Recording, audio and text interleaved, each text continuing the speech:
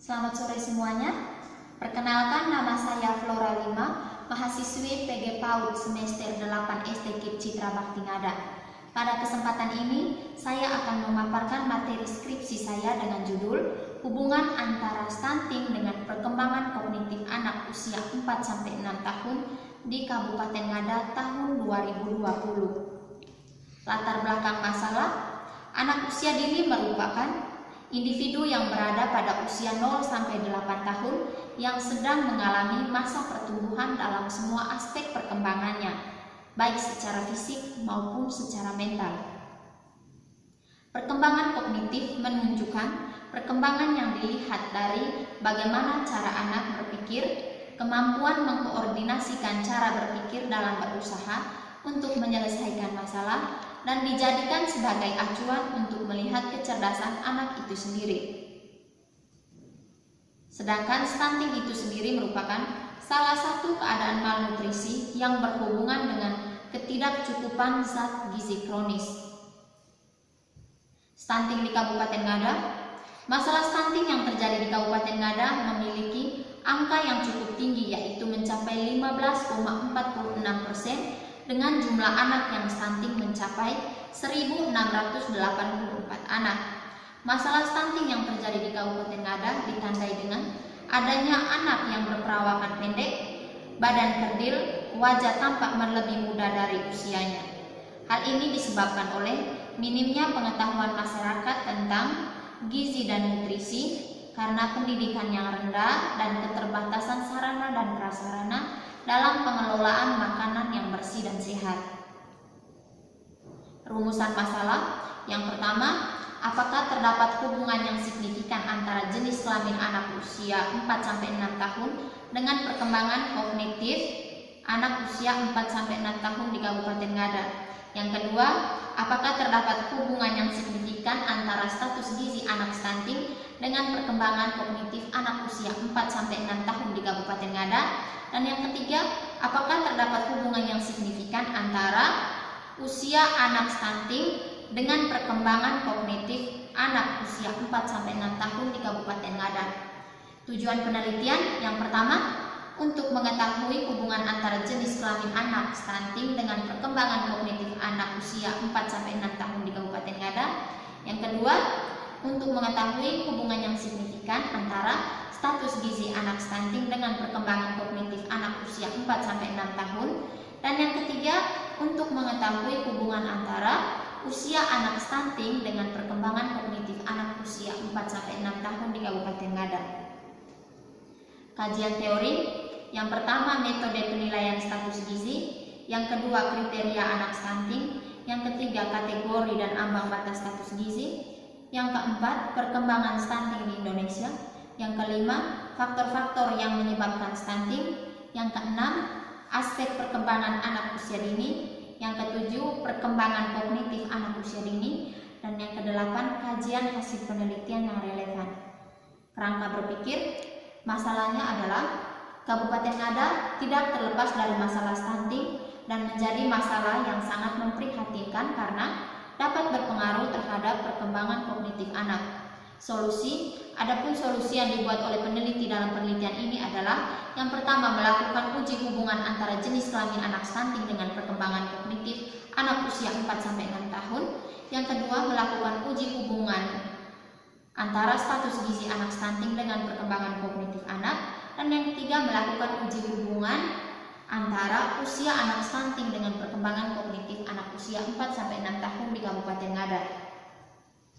Kajian teori, yang pertama waktu penelitian. Penelitian ini dilakukan pada semester genap tahun ajaran 2019-2020 pada bulan Juli 2020. Tempat penelitian ini dilaksanakan di salah satu puskesmas di Kabupaten Ngada yang memiliki angka stunting yang paling tinggi, yaitu di Puskesmas Manguleba.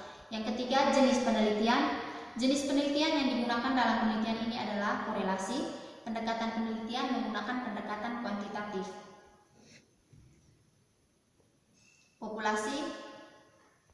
Populasi dalam penelitian ini adalah 32 anak stunting yang berusia 4-6 tahun di wilayah Kecamatan Goleba Barat di Puskesmas Manguleba. Sampel yang menjadi sampel dalam penelitian ini adalah 30 orang anak stunting yang berusia 4-6 tahun.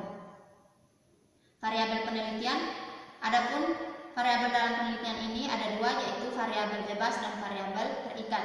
Variabel bebasnya yaitu stunting dan variabel terikatnya yaitu perkembangan kognitif anak.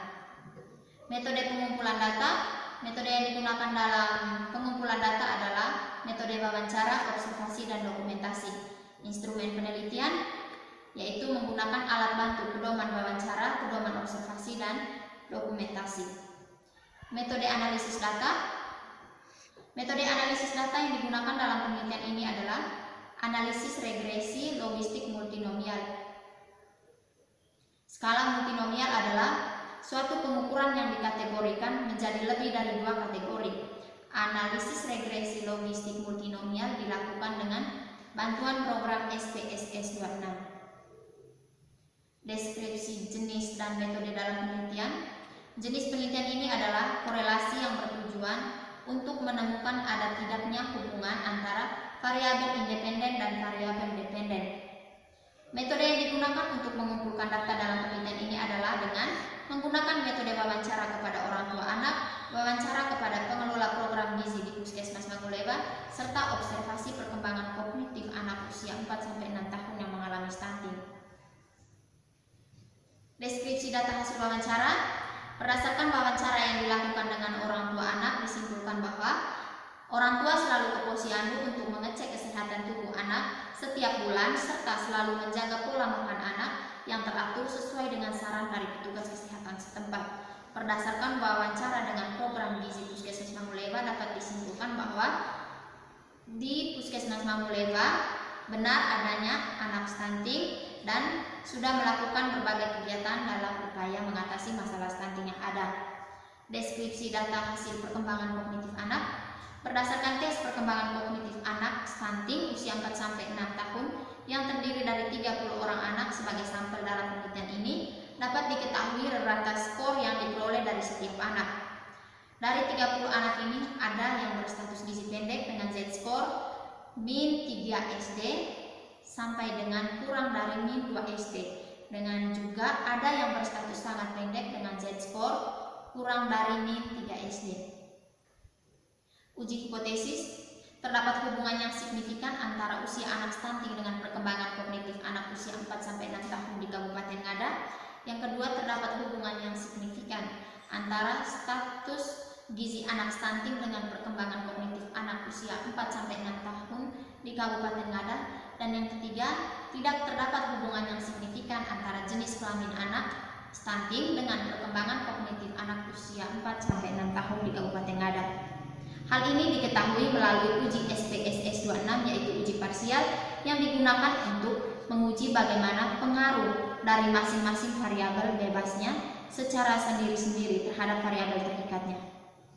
Hasil uji parsial yang dapat dilihat pada nilai usia dan status gizi pada variabel SIG, yang dimana semua variabel nilai SIG lebih kecil dari nilai sigma 0,05. Artinya variabel independen usia dan status gizi berpengaruh terhadap variabel dependen yaitu perkembangan kognitif. Sedangkan variabel jenis kelamin nilai SIG 0,52 lebih besar dari nilai SIG 0,05, sehingga tidak berpengaruh terhadap variabel dependen yaitu perkembangan kognitif. Hasil penelitian menunjukkan bahwa terdapat hubungan antara status gizi anak stunting, usia anak stunting dengan perkembangan kognitif anak usia 4-6 tahun di Kabupaten Ngada melalui hasil uji parsial. Sekian dan terima kasih.